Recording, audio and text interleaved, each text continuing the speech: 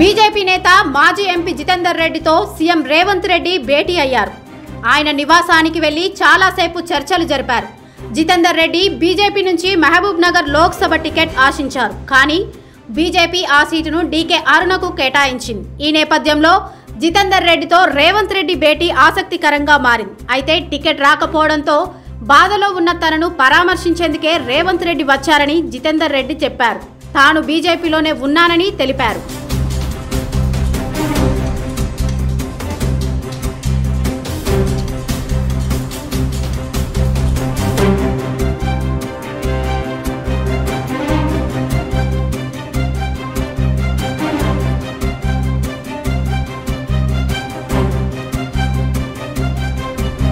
BJP నేత మాజీ MP Jitender రెడ్డితో సీఎం రేవంత్ రెడ్డి భేటీ అయ్యారు. ఆయన నివాసానికి వెళ్లి చాలాసేపు చర్చలు జరిపారు.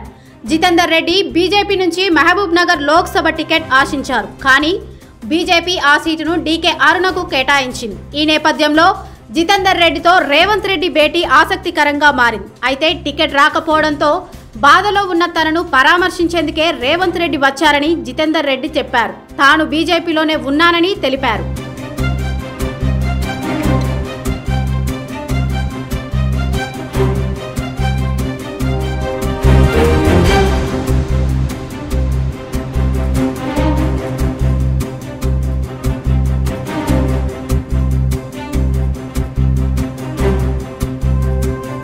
రేవంత్ రెడ్డి గారు ఇంటికి కొత్తగా ఏం కాదు. ఆయన ఇష్టం ఉన్నప్పుడు ఎప్పుడైనా కానీ వాకింగ్ చేస్తుంటాడు, వస్తుంటాడు. ఈసారి వచ్చిన దానికి ఏంటంటే జితన్నకు ఆయన ప్రియమైన అన్నకు సీటు రాలేదని చెప్పి కండోలెన్స్ చెప్పడానికి మాత్రం ఆయన వచ్చిండు. ఇంతే, ఇంకేం తప్ప వేరే ముచ్చట ఏం లేదు. కాంగ్రెస్ పార్టీలో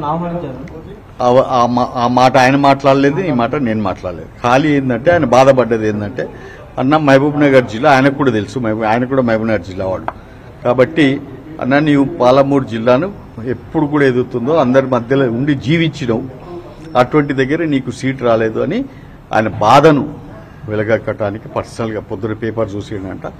ఆంధ్రజ్యోతిలో పైన అరుణకు సై జితేందర్ రెడ్డికి నై అని చెప్పి వచ్చిందంట.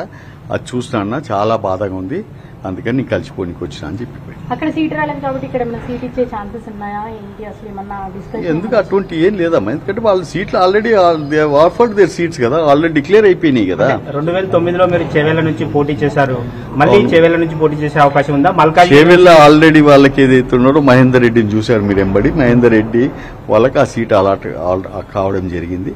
అంటే అటువంటి ఛాన్స్లు ఏమి లేదు, దాని మీద ఏం ఊహించుకోకండి మీరు. ఆయన మల్కాజ్గిరి నేను చెప్తున్నా కదా మీకు, ఆయన వచ్చిన దాంట్లో అటువంటి ఏ ఒక్క మాటలు లేవు, ఏ ఒక్క సీట్ గురించి కూడా చర్చించలేదు. ఖాళీ ఒక్కటే ఏంటంటే ఆయన కండోలెన్స్ చెప్పడానికి వచ్చిండు. మీ పార్టీ టికెట్ ఇవ్వలేదు సార్, మీ డెసిషన్ ఏంటి అసలు? మీ కార్యకర్తలు నేను ఉన్నా కదా, పార్టీతో ఉన్నాను, పార్టీ ఎంబడే ఉన్నాను. మీరు ఎందుకు నన్ను తొందర పెడుతున్నారు? హ్యాపీగా ఉన్నాను, ఇది చేసుకుంటున్నా, పార్టీ ఎంబడే ఉన్నాను నేను. అంటే భవిష్యత్తు కార్యాచరణ ప్రణాళిక భవిష్యత్తు మా అధిష్టానం నిర్ణయిస్తుంది నా మీద. సార్ నిన్నటి వరకు పార్టీ వీడుతున్నారు అని ఒక టాక్ నడుస్తున్న నేపథ్యంలో ఇవాళ సీఎం ఇంటికి రావడం అనేది ఒక చర్చనీయాంశమే. అది మీరు నడిపిండొచ్చు కానీ నాకైతే అటువంటి ఊహ లేదు, అటువంటి ఏ